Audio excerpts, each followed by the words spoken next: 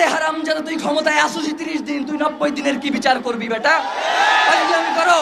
আমাদের এই কঠোর আন্দোলনের কারণে যদি সরকার পইরা যায়, তাহলে তো সরকার ঠিকই নাই, সে তো পইরা যাওয়াই উচিত।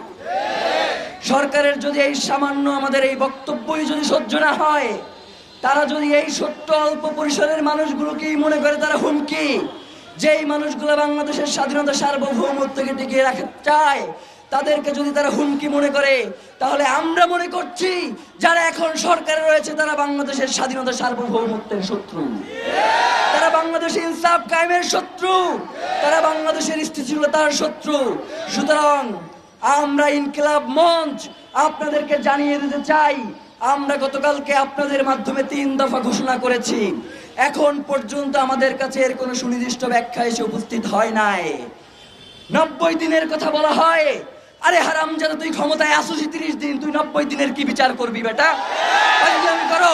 90 দিনের কথা বলে আগামী 30 কার্য দিবসের মধ্যে দ্রুত বিচারিক ট্রাইব্যুনালের মধ্য দিয়ে আন্তর্জাতিক গোয়েন্দা সংস্থার যারা পেশাদারী এবং নির্ভরযোগ্য, তাদের মধ্য দিয়ে শরীফ ওসমান হাদির খুনের সাথে যারা জড়িত রয়েছে তাদেরকে গ্রেফতার করে আগামী 30 কার্য দিবসের মধ্যে বিচার নিশ্চিত করতে হবে। কোনো হাঙ্কি পাঙ্কি চলবে না।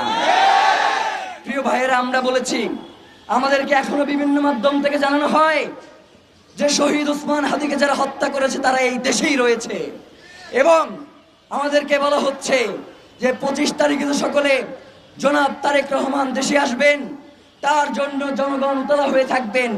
এই সময়ে এই সন্ত্রাসীদেরকে বাহিরে পাঠানোর একটা প্রক্রিয়া চলছে। আমরা বাংলাদেশের জনগণকে সাথে নিয়ে বলতে চাই, জনাব তারেক রহমান আসবেন, এর জন্য আমরা ইনকিলাব মঞ্চ 25 তারিখে কোনো প্রোগ্রাম রাখি নাই, এবং আমরা মনে করছি যে জনাব তারেক রহমান দেশে ফিরে আমাদের এই আন্দোলনের সাথে তিনিও একত্রতা পোষণ করবেন।